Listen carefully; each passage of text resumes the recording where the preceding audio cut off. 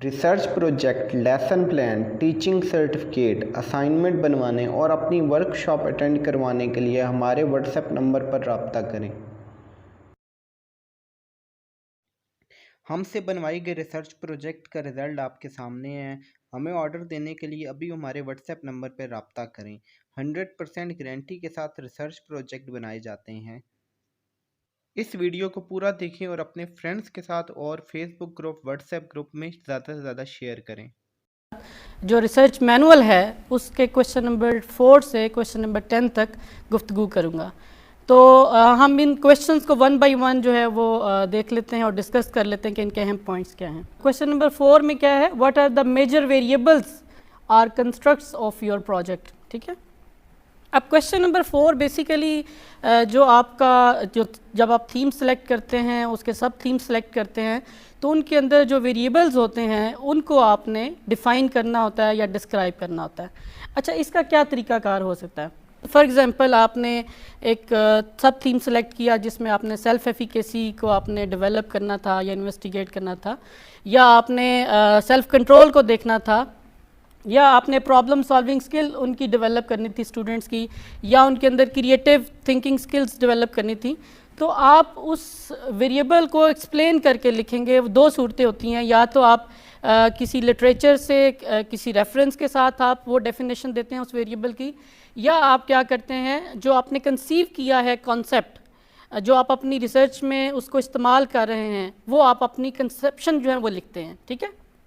تو دونوں صورتوں میں آپ نے اپنے ویریبلز کو جو آپ کے ریسرچ کے ہیں، ریسرچ پروجیکٹ کے ویریبلز ہیں، ان کو کلیئرلی کیٹاگوریکلی اسٹیٹ کرنا ہے، ایدر آپ ریفرنس دے کے یا آپ اپنی کنسیپشن دے کے، ٹھیک ہے۔ جو بھی آپ اپنی ریسرچ میں اس کو ویریبل کو سمجھ رہے ہیں کہ یہ ویریبل میرے مطابق یہ اس کے یہ میننگ بنتے ہیں، ٹھیک ہے۔ اچھا، نیکسٹ کویشچن نمبر 5 میں دیکھیں، what did you want to achieve in this research project؟ یہ جو ریسرچ پروجیکٹ ہے اس میں آپ کیا اچیو کرنا چاہتے ہیں، آپ کا پرپس کیا ہے؟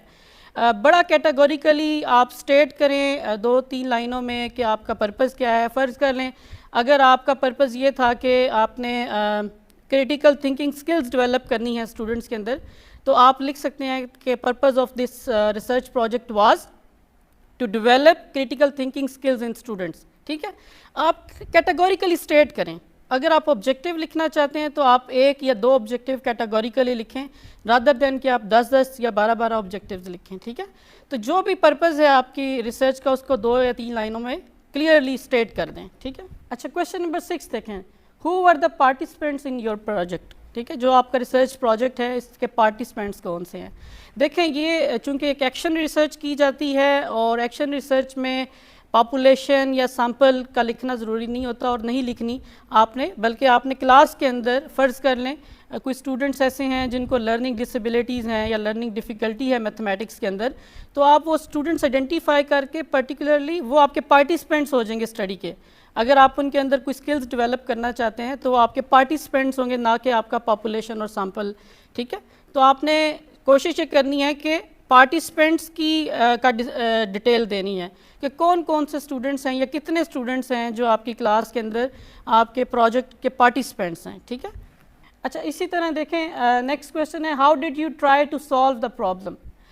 اس میں جو پرابلم آپ کے سامنے تھی، فرض کر لیں اگر ہینڈ رائٹنگ اسٹوڈنٹ کا ٹھیک نہیں تھا، آپ نے وہ اسٹوڈنٹس آئیڈینٹیفائی کیے اور ان کی ہینڈ رائٹنگ امپروو کرنی چاہیے، تو آپ نے کون سا پروسیجر اڈاپٹ کیا ہے؟ وہ اسٹیپس آپ نے لکھنے ہیں کہ آپ نے کون سے سٹیپس کیے ہیں جن سے آپ نے وہ پرابلم سالو کیا ہے، یا ان کی ہینڈ رائٹنگ بہتر کی ہے، ٹھیک ہے، یا ان کی کریٹیکل تھنکنگ سکل ڈیولپ کیا ہے، یا ان کی سیلف ایفیکیسی امپروو کیا ہے، ٹھیک ہے۔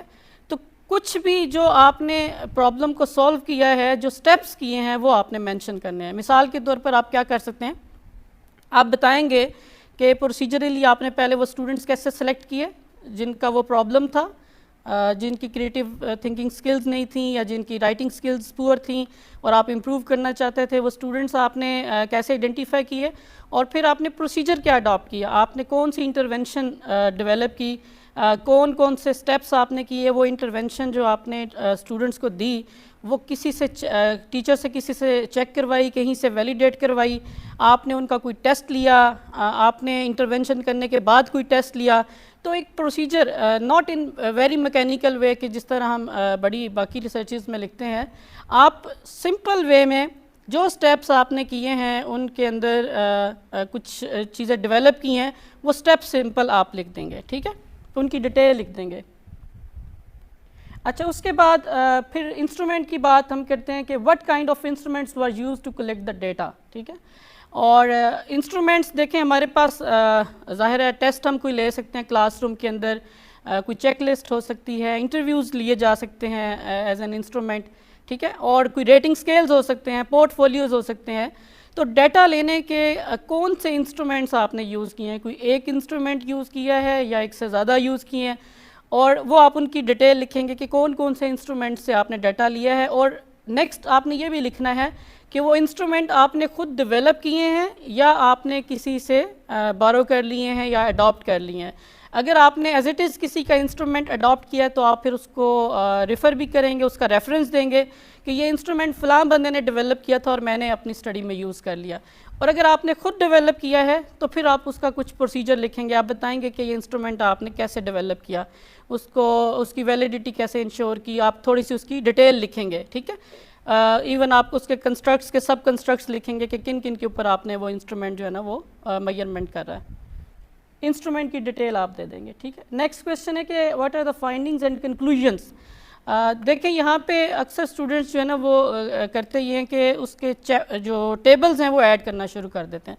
यहाँ पे आपने कोई टेबल्स ऐड नहीं करने, ठीक है। जो है SPSS के डाटा एनालिसिस के टेबल हैं या एक्सेल के एनालिसिस के टेबल हैं वो आपने यहाँ पे ऐड नहीं करने, बल्कि यहाँ पे सिर्फ फाइंडिंग्स लिखनी है कि फ़र्ज़ कर लें आपका पर्पज़ ये था कि आपने जो है वो क्रिटिकल थिंकिंग स्किल्स डेवलप करनी थी या आपने राइटिंग स्किल्स इंप्रूव करनी थी, तो आप यहाँ पे ये लिखेंगे कि उस इंटरवेंशन के बाद जो आपने दी है उसके बाद क्या इम्प्रूवमेंट आई है, फाइंडिंग क्या आई है, क्या वो सेल्फ एफिकेसी उनकी इम्प्रूव कर गई है, क्या उनकी प्रॉब्लम सॉल्विंग स्किल्स इंप्रूव कर गई हैं, कितनी इंप्रूव कर गई हैं, ठीक है। तो आपने यहाँ पे सिर्फ फाइंडिंग्स लिखनी है। अगर आपको स्टैटिस्टिकल एनालिसिस के टेबल्स ऐड करने हैं तो आप एंड पे अपेंडिक्स में जो है ना वो ऐड कर देंगे, ठीक है। और कंक्लूजन्स आपने ड्रॉ करने हैं, जैसे आप ये भी कर सकते हैं कि 2 या 3 फाइंडिंग्स का कोई एक कंक्लूजन ड्रॉ करें, ठीक है। और ये भी मुमकिन है कि आप 4 फाइंडिंग्स का कोई एक कंक्लूजन ड्रॉ करें। तो कंक्लूजन्स जो है वो स्पेसिफिक हो जाएंगे, वो 3 या 4 फाइंडिंग्स को मिला के भी हम कंक्लूड कर सकते हैं। मिसाल के तौर पर अगर आप ये देखना चाह रहे थे कि मुख्तलिफ जो AV8s का इस्तेमाल करके हम स्टूडेंट्स की क्रिटिकल थिंकिंग या क्रिएटिव थिंकिंग स्किल्स जो हैं वो डेवलप कर सकते हैं, तो हम कंक्लूड ये कर सकते हैं कि फ़र्ज़ कर लें अगर स्कोर उनका क्रिटिकल थिंकिंग स्किल्स के ऊपर हाई आता है तो हम कहेंगे कि ये जो हमने इंटरवेंशन की है, इंटरवेंशन मल्टीमीडिया की है या ICT की है, उससे क्रिटिकल थिंकिंग स्किल्स जो है वो डेवलप होती हैं, ठीक है। तो इसी तरह आपने कंक्लूजन्स भी बड़े जेनेरिक नहीं करने बल्कि बड़े स्पेसिफिक जो है ना वो कंक्लूजन करने हैं बेस्ड ऑन योर फाइंडिंग्स, और ये रिलेट करने चाहिए। ये ऐसे नहीं कि फाइंडिंग्स किसी और डायरेक्शन में जा रही हैं और कंक्लूजन्स आपके किसी और डायरेक्शन में जा रहे हैं, तो ये बड़े क्लोजली रिलेटेड हों, ठीक है। इसके बाद आपने समरी देनी है क्वेश्चन नंबर 10 में। समरी में आप क्या लिखेंगे, आप डिटेल लिखेंगे कि आपने जो प्रोसीजर अडॉप्ट किया है रिसर्च का, right from the start of objectives then conclusion तक ना, आप उसमें जनरली लिखेंगे इस तरह के कि आपकी स्टडी का पर्पज़ क्या था और उस पर्पज़ को फिल करने के लिए आपने कौन सा प्रोसीजर अडॉप्ट किया, ठीक है, और कौन से पार्टिसिपेंट्स आपके थे रिसर्च के, इंस्ट्रूमेंट्स कौन से आपने यूज़ किए, उनकी थोड़ी थोड़ी आप डिटेल लिखते जाएंगे कि इंस्ट्रूमेंट्स कौन कौन से थे, उनको आपने अडॉप्ट किया था या आपने ख़ुद डेवलप किए थे, और अगर आपने ख़ुद डेवलप किए थे तो उनका जो प्रोटोकॉल है या आपने फ्रेमवर्क है वो किसी से वैलिडेट करवाया, किसी को चेक करवाया, ठीक है। तो आपने थोड़ी सी डिटेल लिखनी है ऑब्जेक्टिव्स की या पर्पज़ की, आपके प्रोसीजर्स की जो आपने रिसर्च प्रोसीजर्स अडॉप्ट किए हैं।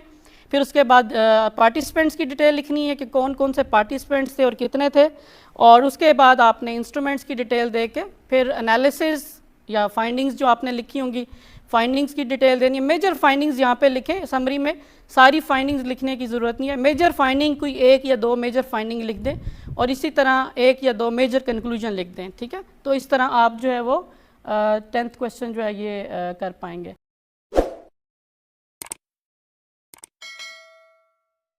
Research project, lesson plan, teaching certificate, assignment بنوانے اور اپنی ورک شاپ اٹینڈ کروانے کے لیے ہمارے واٹس ایپ نمبر پر رابطہ کریں.